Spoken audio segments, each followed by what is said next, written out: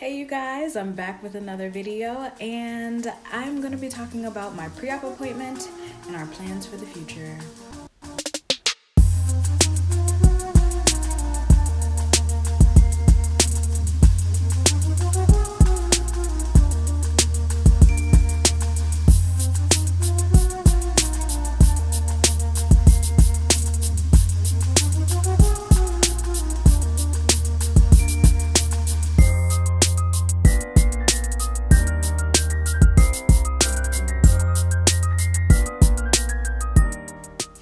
So you guys, like I said in this video, I'm going to tell you all about my pre-op appointment and stuff. And so, okay, first of all, I didn't know what to expect at a pre-op appointment. I thought they were just going to tell you kind of like, hey, this is what's going to happen. They're going to do this and put this IV in this place. And then you're going to go to sleep and you're going to have happy dreams. And then it's going to be over and all that. I thought they were just going to tell me, you know, what it was going to be like.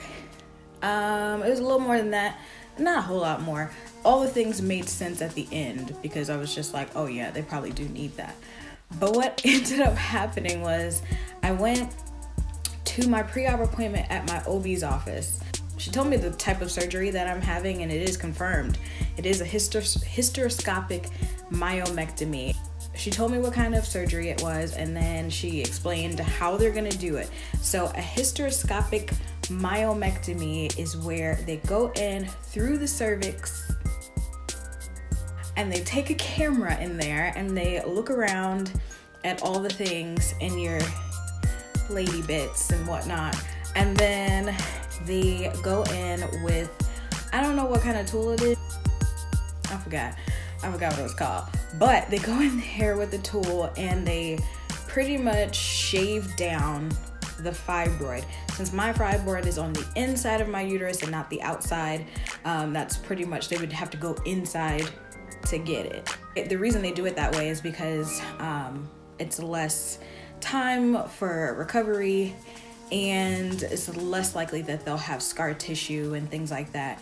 They're trying to get me to the point to where a baby will stick to my uterus and not, you know, go in there and mess stuff up and then the baby can't stick and then there was no point in the surgery at all, you know. She told me all about the surgery and how they were gonna do it and everything, and then she asked me questions about, you know, how I was feeling and what medications I was on and all of that.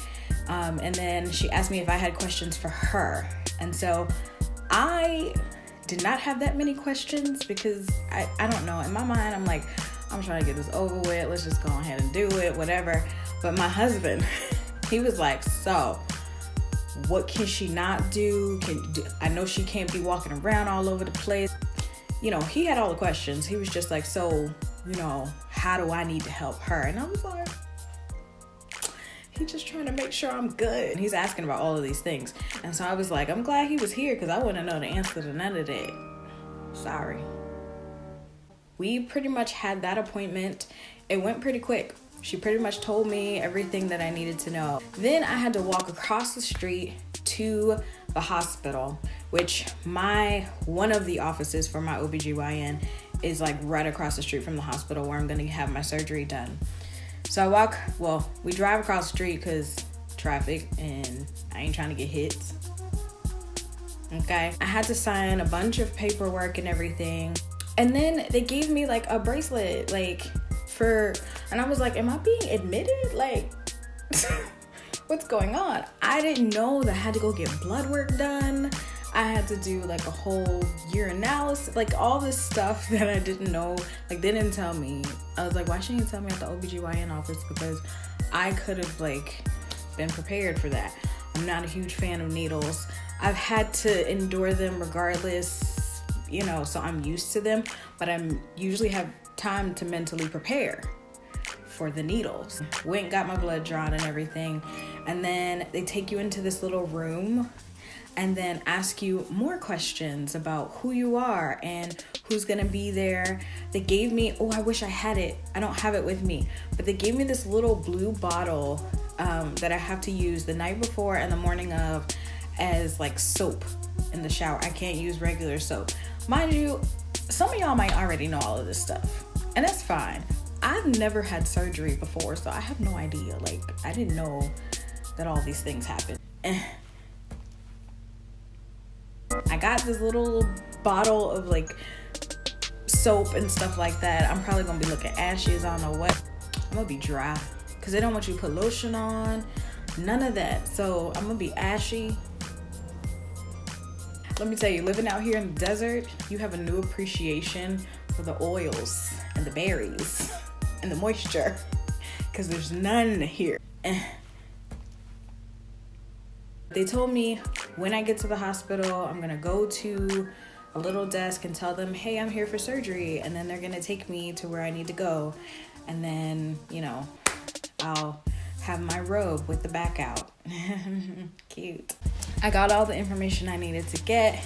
If you guys have any questions about the pre-op appointment that I might have forgotten about, go ahead and put it in the comments. Ask your questions. I will answer them. I'm still waiting on the phone call to tell me what time I need to be there, because they ain't told me nothing yet. I don't know when I'm supposed to be at the hospital. I probably should call them about that. Moving on into our plans for our TTC journey. If you don't know what TTC means, it's trying to conceive. I had a few people ask me in person, and so I was like, there might be people who don't know what that means here. Our plans after the surgery, after my recovery, we're going to wait for my cycle to have a full cycle. I'm gonna call her Rosie, okay? If everyone, you know, if you don't know who Rosie is, if you don't know who Aunt Flo is, educate yourself, okay? All right, so we're gonna wait for Rosie to show up, and then we're gonna take a few months to try on our own, because our issue technically has not been getting pregnant. It's been sustaining the pregnancy and going to full term. His numbers is good. And then I got my thyroid together because of all of this testing and all the other stuff. And I told you I'm gonna make a video about the doctors and why the thyroid, because it's a whole situation. So got my thyroid in check, dealing with the PCOS stuff, working out and all the fun things that go with that. So we're gonna try for a few months to try to conceive on our own. And then after that, we're going to probably transition into Clomid, because part of my issue was whether or not I was actually ovulating, and that's a symptom of PCOS, where sometimes if you have PCOS, sometimes you just don't ovulate at all. The good thing is, before I went on Agestin, I was pretty much consistently having Rosie show up. You know, I'm not too worried, you know, but you never know what your uterus might think after you go in there and do things. I don't know. After we try on our own, we're gonna probably go on Clomid for a few months. And then after that, we're gonna consider, you heard them words, consider doing IUI. And so one thing that we are talking about is whether or not we wanna, you know, go down that rabbit trail of IUI. We personally we don't want to do IVF. It's just not something that we personally want for us. But we would do IUI, and we would do something called embryo adoption. And I'll talk about that in a future video if we do go down that path. We are thinking about it. More than likely, we'll go down that path at some point, regardless of what happens right now. Pretty much that's it. That's what we're gonna be doing, and we're gonna be talking about, you know, what's gonna happen in the future. I've been having like weird emotions, not even lying. Like after the surgery, it's like there's hope there now, because before it was like, well, this isn't gonna happen now because, you know, I got this problem and this problem and that problem, and he might have this something going on or whatever. But now, like, we kind of have like this glimmer of hope, and I don't know, like lately I've just been thinking about things and like dreaming about them, where before, like, I stopped even dreaming about having a baby. And we don't want to get carried away with it, but it still feels good to have that hope, because it's like, now I don't have to, you know, worry about this other thing that is in the way, because we're about to take care of it. It's about to be gone. Bless the Lord. If you have any questions or if you have any encouraging words, because like I said, I'm a little scared of this, having surgery. I've never been put under anesthesia, and I said this before, but I don't know how I feel about it. But that's it for this video. Pretty much just waiting it out. I only have a week left until I have my surgery, and then, you know, yay.